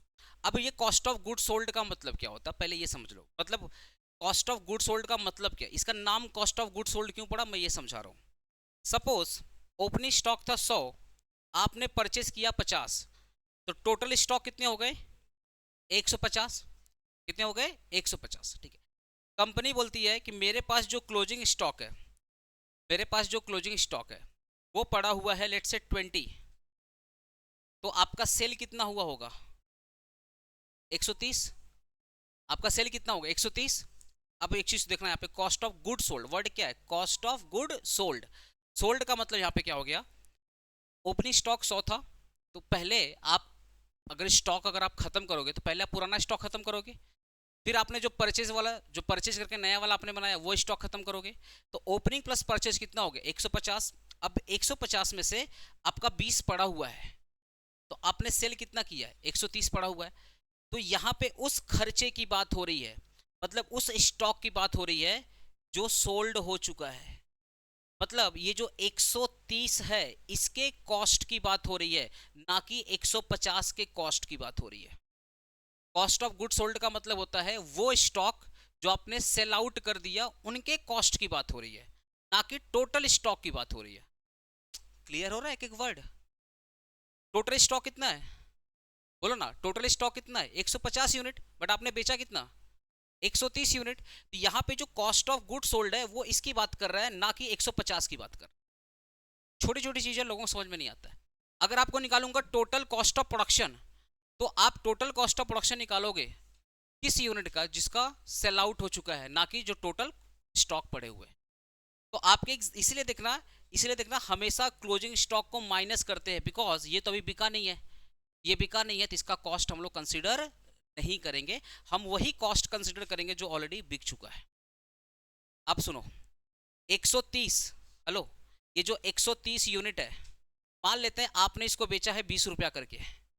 130 यूनिट है, मान लेते हैं आपने इसको बेचा है 20 रुपया करके, तो ऑब्वियसली इस 20 में आपका प्रॉफिट भी तो होगा।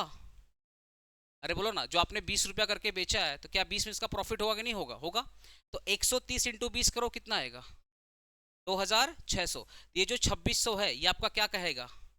सेल। अरे ये 2600 है, ये क्या कहलाएगा? सेल। आपने कितना यूनिट बेचा है 130, कितने रुपए करके 20 रुपए करके, तो सेल कितना हो गया 2600। तो आपका जो सेल है क्या इस 2600 में प्रॉफिट है कि नहीं प्रॉफिट है? मान लेते 20 रुपया में ना 2 रुपया पर यूनिट प्रॉफिट था, 2 रुपया पर यूनिट प्रॉफिट था।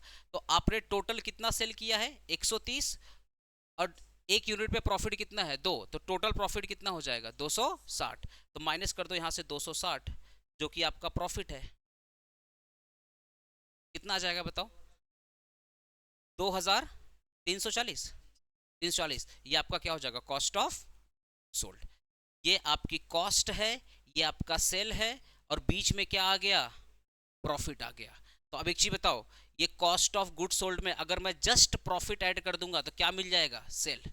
तो कब अगर एग्जाम में कभी कभी सेल नहीं दिया रहेगा, अगर एग्जाम में कभी कभी सेल नहीं दिया रहेगा और आपको कॉस्ट ऑफ गुड सोल्ड पता है, आपको प्रॉफिट पता है, दोनों को ऐड कर दो क्या मिल जाएगा? सेल दे दिया। तो क्या कॉस्ट ऑफ गुड सोल्ड और सेल में रिश्ता है कि नहीं रिश्ता है रिश्ता। जस्ट एक चीज मिसिंग था, वो क्या मिसिंग था? प्रॉफिट। क्योंकि ये जो 2600 है ना, इस 2600 में से 2340 आपका कॉस्ट ऑफ गुड सोल्ड है और 260 आपका क्या है? प्रॉफिट है। तो ये जो 2340 तो 2600 का ही पार्ट है।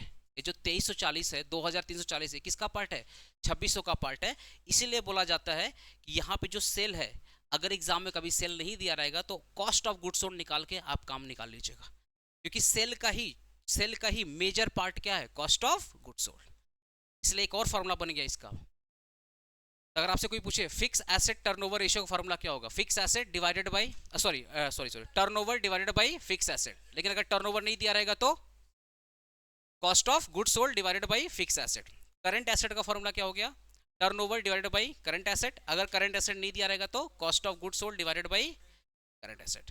वर्किंग कैपिटल का फॉर्मूला क्या हो गया? Sales divided by working capital. अगर सेल्स नहीं दिया रहेगा तो क्या लिख देंगे? Cost of good sold. Clear हुआ? तो ये चीज बस तुम लोग लिख लेना, ये चीज लिख लेना, ठीक है? लिख लिया ये चीज। अब एक और लिखना, ये वाला मैं फॉर्मूला लिखवा दे रहा हूँ। सेल्स माइनस जीपी लिखो तो। सेल्स, ये पहला फॉर्मूला, ये दूसरा formula. Sales minus gross profit. हाँ ठीक है प्रीति,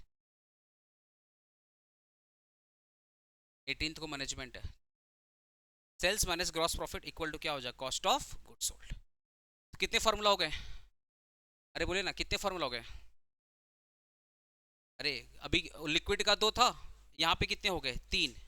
3 हो गए, 3 के बाद कितने हो गए? 5। अरे 5 हो गए, उसके बाद ये वाला एक्स्ट्रा देखो कितने हो गए? 6। और ये कितने हो गए? 7। ये सब मिला के 50 है, ऐसा नहीं है कि अलग अलग, सब मिला के 50 है, ठीक है ना? अब नेक्स्ट लिखो। एडिशनल इन्फॉर्मेशन हो गया। नेक्स्ट लिखो,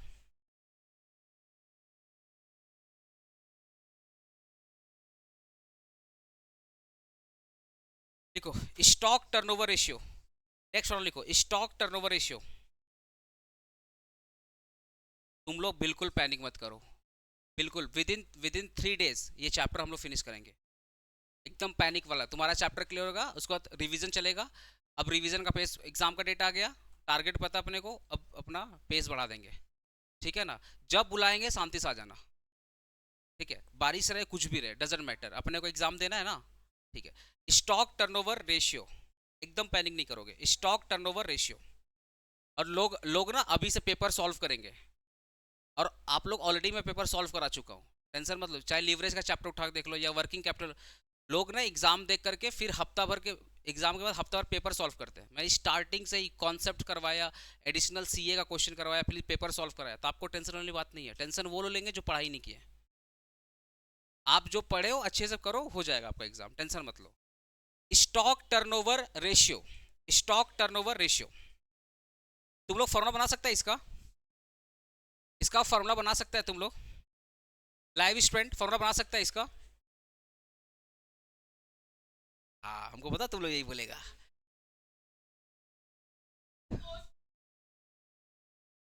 हे भगवान कहाँ से ये आत्मज्ञान कहाँ से मिला आपको ए तुम लोग भूल गया क्या ए सही बोला है क्या अच्छा कुछ लोग भी नहीं पता सही बोला है गलत बोला है चल लिखो फॉर्मूला, फॉर्मूला लिखो। Cost of goods sold, cost of goods sold divided by average stock.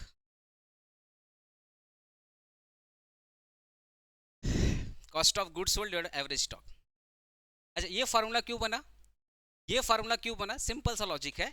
Stock का कैलकुलेशन किस बेसिस होता है, बोलो ना, स्टॉक का कैलकुलेशन किस बेसिस होता है। स्टॉक में प्रॉफिट ऐड करके रखोगे क्या, बोलो तो। आपका जो क्लोजिंग स्टॉक है उसमें क्या प्रॉफिट ऐड कर रखोगे, ओपनिंग स्टॉक प्रॉफिट ऐड कर रखोगे, नहीं ना। तो स्टॉक का जो कैलकुलेशन होता है वो कॉस्ट के बेसिस होता है।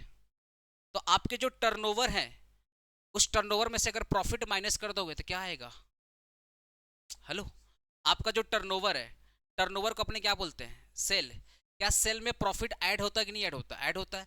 अगर सेल में से प्रॉफिट को माइनस कर दोगे तो क्या मिल जाएगा, कॉस्ट ऑफ गुड्स सोल्ड। और ये स्टॉक है, स्टॉक का कैलकुलेशन हमेशा कॉस्ट पे होता है, that is why cost of goods sold. जब भी स्टॉक टर्नओवर रेशियो बोले कभी भी टर्नओवर में प्रॉफिट मत ऐड करना, टर्नओवर से प्रॉफिट क्या कर देना, माइनस कर देना, बिकॉज स्टॉक का जो कैलकुलेशन होता है वो कॉस्ट पे होता है। तो turnover minus profit equal to क्या होगा, कॉस्ट ऑफ गुड्स सोल्ड, इसलिए यहाँ पे क्या आ गया, कॉस्ट ऑफ गुड्स सोल्ड। अब सर एवरेज स्टॉक क्यों आया, देखो भैया आपका जो बैलेंस शीट दिया रहेगा उसमें ओपनिंग स्टॉक भी रहेगा, उसमें क्लोजिंग स्टॉक भी रहेगा। तो जब भी दो स्टॉक रहेगा तो दोनों को ऐड करके डिवाइडेड बाई 2 कर देना, तो निकल जाएगा एवरेज स्टॉक। आपका जो पीएल अकाउंट है, अरे सॉरी पीएल, जो आपके बैलेंस शीट वगैरह बनते हैं, जो पीएल अकाउंट बनते हैं, ये आपका जो सम्स आएगा तो वहाँ पे ओपनिंग स्टॉक और क्लोजिंग स्टॉक दो तो स्टॉक दिया रहेगा। तो दोनों स्टॉक का जो एवरेज निकालोगे, कैसे निकालोगे, opening plus closing divided by 2, that is why average stock. Average क्यों आ रहा है, इसके पीछे रीजन है, सम्स में दो स्टॉक देगा, जब भी दो स्टॉक देगा दोनों क्या निकालेंगे, एवरेज। लिख लो यहाँ पे एवरेज स्टॉक इक्वल टू, अरे लिखो ना बाबा, average stock equal to opening stock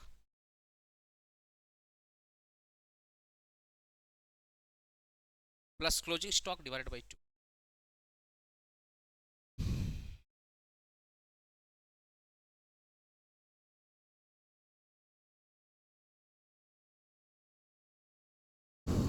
हो गया। नेक्स्ट फॉर्मूला, अभी स्टॉक टर्नओवर, अच्छा कितना नंबर फॉर्मूला, 4 नंबर हुआ ये, 3 तो आगे हो गया, 1 2 3 तो पहले हो गया। अरे स्टॉक टर्नओवर रेशियो कितना हो गया, ये टर्नओवर के अंदर ही तो है।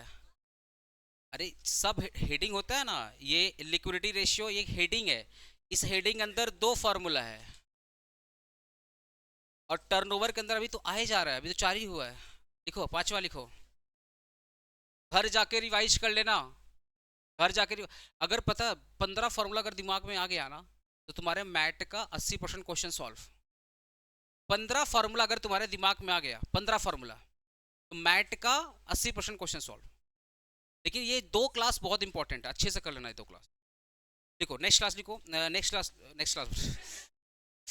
Debtor debtor turnover ratio, debtor turnover ratio, debtor turnover ratio, क्या चीज का?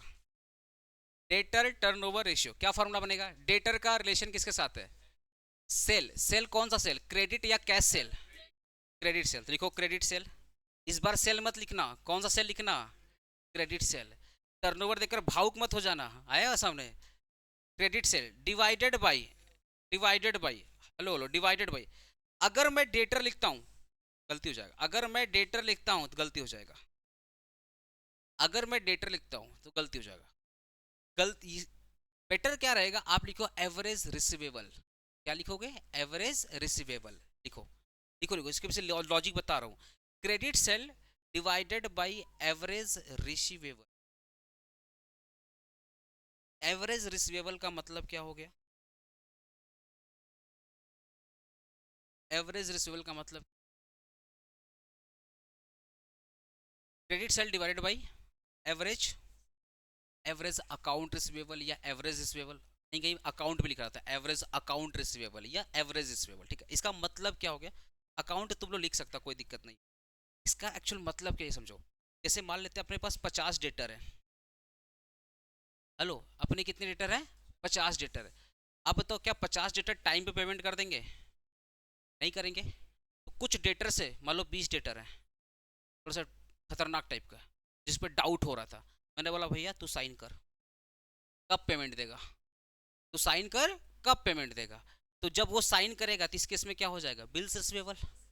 और जो 30 हैं जो टाइम पे पेमेंट कर देते हैं उनको अपने क्या बोलेंगे? डेटर। क्या बनेंगे? डेटर। तो एक्चुअल में ये जो बिल्स रिसीवेबल है ये भी किसके पार्ट है? डेटर के पार्ट है। और जो नॉर्मल आपके हैं जो टाइम पेमेंट कर देते हैं वो भी किसके पार्ट है? डेटर के पार्ट। तो ये पैसा अल्टीमेटली कस्टमर से मिलेगा। तो जब मैं वर्ड बोलूंगा एवरेज अकाउंट रिसीवेबल या एवरेज रिसीवेबल, इसका मतलब मैंने डेटर को भी कवर कर लिया और मैंने बिल्स रिसीवेबल को भी। पर तो इस केस में फॉर्मूला क्या बन गया? क्रेडिट सेल अगर बोला जाएगा डेटर टर्नओवर रेशियो, तो फॉर्मूला क्या होगा? डेटर टर्नओवर रेशियो फॉर्मूला क्या होगा? Credit sale divided by average receivable. Average receivable क्यों आया? क्योंकि सारे के सारे डेटर एक बार में पेमेंट नहीं करेंगे, कुछ ऐसे डेटर है जो बदमाशी करेंगे ही करेंगे। तो जो डेटर पे डाउट है उससे क्या करवा लिया? साइन। समझ गया? तो इस केस में क्या हो जाएगा? बिल से रिसीवेबल। ठीक है, तो एवरेज रिसीवेबल में दो चीज आप कवर कर रहे हो, डेटर भी कवर कर रहे हो और साथ ही साथ बिल्स रिसीवेबल भी कवर कर। आप में से देख ले बहुत लोगों ने जो अभी तक फीस क्लियर नहीं की है। ठीक है तो नहीं साइन कहाँ करवाए? ठीक है, क्लियर हुआ है चीज? हाँ, कौन सा?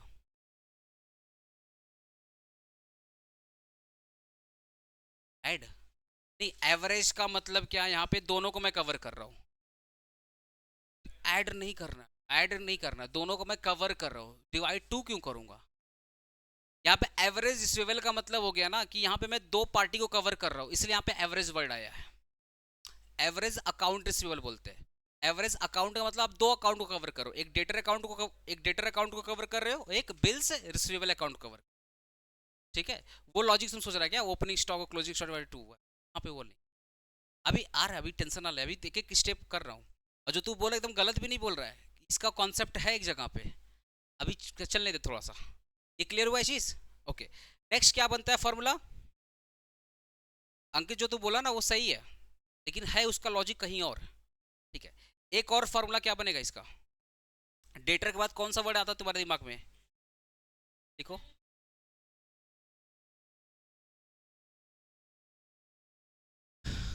इसका फॉर्मूला तुम लोग लिखिएगा, हम नहीं लिखेंगे। हाँ बाबू, एवरेज रिसीवेबल का फॉर्मूला लिखो ना। Average receivable include to account, one is debtor and one is bills receivable.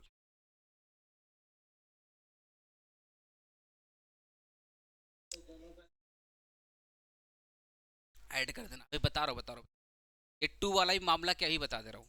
ये वाला टू वाला बता होता, ये टू वाला मामला कब आएगा, अभी मैं सोचा था नेक्स्ट क्लास बताऊंगा, पर अभी ये टू वाला मामला बता देता हूँ। पहले एक काम करो, पहले ये फार्मूला लिखो, फिर उसके बाद ये एवरेज वाला का थोड़ा सा हम चिड़ फाड़ करते हैं, इसको फिर अच्छे से बताते हैं क्या हुआ। क्रेडिट टर्नओवर रेशियो, क्या फार्मूला बनाया, credit credit divide by average account payable, यही होगा। अरे बोलो ना, यही होगा क्या?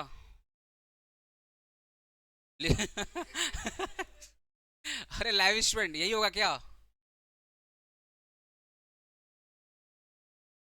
हाँ, क्या बोल रहे हैं? तो फार्मूला क्या होगा, वही तो पूछ रहा हूँ।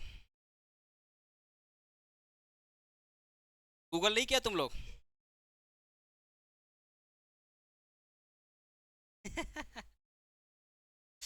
यही होगा formula, credit purchase divided by average account पे या एवरेज अकाउंट पेबल। अच्छा, पेबल या पे बोथ आर सेम, ठीक है। एवरेज अकाउंट पेबल और पे लिख दो, पेबल और पे।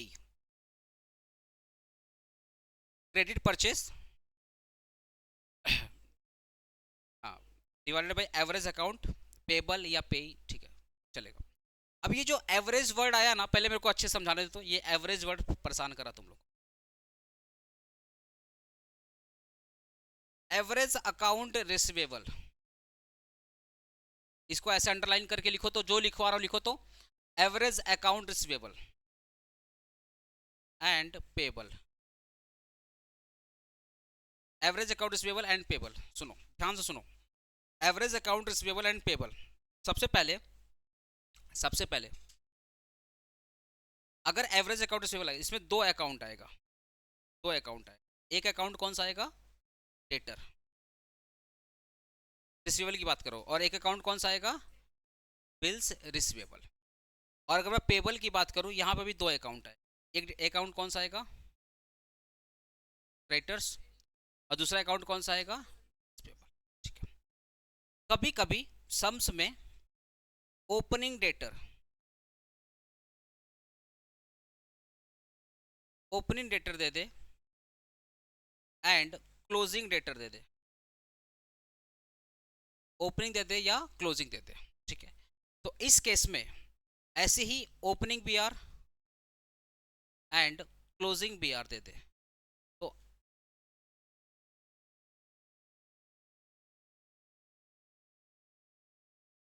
क्लोजिंग बी आर दे दे, तो इस केस में आपका जो फॉर्मूला बन जाएगा, या तो दो, जब भी दो आएगा, एक ओपनिंग और क्लोजिंग आ गया, तो दो आ गया, तो इस केस में आप क्या लिखोगे, डेटर डिवाइडेड बाई टू। अरे ओपनिंग क्या, सॉरी सॉरी, क्या लिखोगे, opening plus, sorry, opening debtor plus closing debtor divided by two करोगे। ऐसे ही अगर आपका ओपनिंग बी आर और क्लोजिंग बी आर आ गया, तो इस केस में क्या करोगे, opening bills receivable plus closing bills receivable divided by क्या करोगे, टू। तो नेट फॉर्मूला क्या बन जाएगा इसका, opening debtor plus closing debtor, ये ना, ओपनिंग प्लस क्लोजिंग, ठीक है। तो ओपनिंग प्लस क्लोजिंग डेटर जब भी लिखोगे, कोशिश करना इसके नीचे टू लिखने का। बहुत लोग क्या करते हैं, एक बार में लिखते हैं, पर जरूरी नहीं है, जरूरी नहीं है कि ओपनिंग डेटर रहे क्लोजिंग डेटर रहे तो साथ ही साथ ओपनिंग बी आर और क्लोजिंग बी आर रहे, जरूरी नहीं है। हो सकता है एग्जाम में ओपनिंग डेटर दिया है, क्लोजिंग डेटर दिया है, और जस्ट बिल्स रिसीवेबल दिया है। तो अगर जस्ट बिल्स रिसीवेबल दिया रहेगा, तो इस केस में opening debtor plus closing debtor divided by two plus कर देना बिल्स रिसीवेबल। अलग अलग क्राइटेरिया बता रहा हूं। अगर दोनों दिया है, ओपनिंग क्लोजिंग दोनों दिया है, तब तो डिवाइड बाई टू। लेकिन अगर सिर्फ डेटर का ओपनिंग क्लोजिंग दिया है, बिल्स रिसीवेबल का ओपनिंग क्लोजिंग नहीं दिया है, तो इस केस में opening debtor plus closing debtor divide by two plus B R. Note down करो, इसको नोट डाउन करो फटाफट।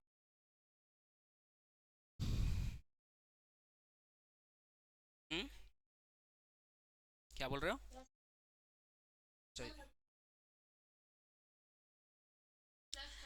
सिर्फ हाँ, अगर कुछ भी नहीं दिया है तो इस केस में डेटर प्लस बी आर कर दीजिएगा, अगर कुछ भी नहीं दिया है तो।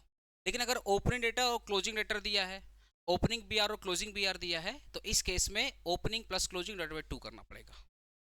कभी कभी रहेगा डेटर का ओपनिंग और क्लोजिंग दिया है पर बी आर का ओपनिंग क्लोजिंग नहीं दिया, जस्ट बी आर दिया है, तो इस केस में ये वाला फॉर्मूला यूज करिएगा, opening debtor plus closing debtor divide by 2 plus B are.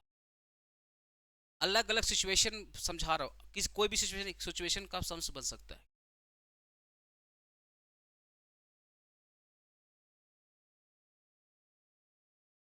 Data turnover ratio,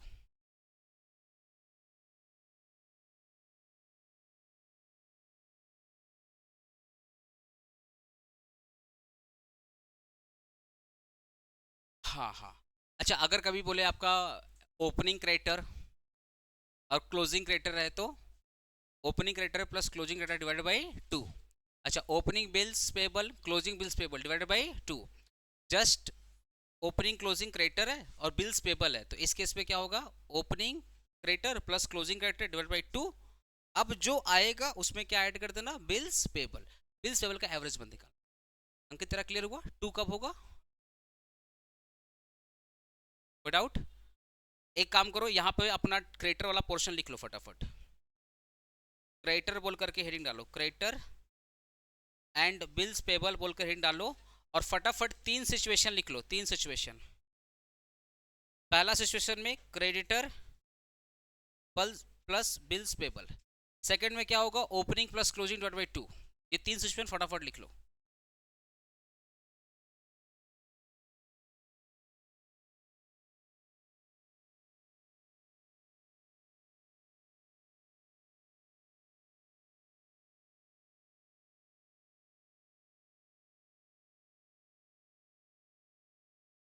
क्या ये 3 सिचुएशन लिख लिया तुम लोग? अगर कुछ नहीं दिया रहेगा तो क्रेडिटर प्लस बिल्स पेबल, अगर ओपनिंग क्लोजिंग दिया रहेगा तो opening plus closing divide by 2, चाहे वो क्रेडिटर का हो चाहे वो बिल्स पेबल का। और लास्ट में क्या हो गया, मान लो opening B R opening bills payable और क्लोजिंग बिल्स पेबल है, और जस्ट क्रेडिटर दिया हुआ, opening bills payable plus closing bills payable divide by 2 plus credit. ठीक है, एक नोट, एक नोट बोल के लिख। हाँ हाँ, ठीक है, ये एक नोट बोल के यहाँ पे लिख लो, एक नोट बोल के यहाँ पे लिख लो। नेट सेल का मतलब क्या होता है, total sale minus cash sales minus sales return.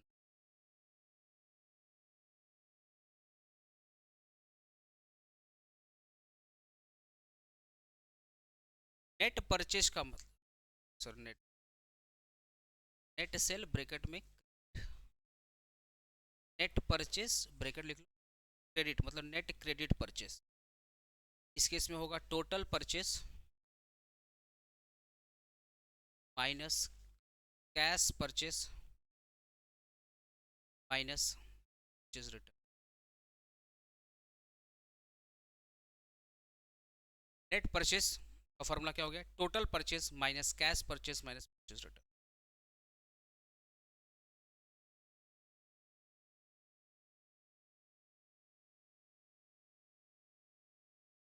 Net credit sale, हाँ, net credit sale, net purchase, net credit purchase. तो जो टोटल सेल दिया रहेगा ना क्वेश्चन में, उसमें से कैश सेल माइनस कर देना, सेल्स रिटर्न माइनस कर देना। कभी कभी अगर आपका कैश सेल और सेल रिटर्न नहीं दिया रहे तो टोटल सेल को ही एज्यूम कर लेना, वही मेरा क्या है। अगर सपोज कैश सेल और सेल रिटर्न नहीं दिया है तो इस केस में टोटल सेल को ही एज्यूम कर लेना मेरा क्रेडिट सेल है। कभी कभी एग्जाम में कैश परचेज और परचेज रिटर्न नहीं दिया रहेगा, जो टोटल परचेज है उसको क्या एज्यूम कर लेना, क्रेडिट परचेज। ठीक है, बट अगर क्वेश्चन में सेल्स रिटर्न ये सब दिया रहा है, कैश सेल दिया रहा है, प्लीज आप एज्यूम मत करना, सॉल्व करके क्या निकाल देना, क्रेडिट सेल निकाल। अभी तक कितना फॉर्मूला काउंट करेगा,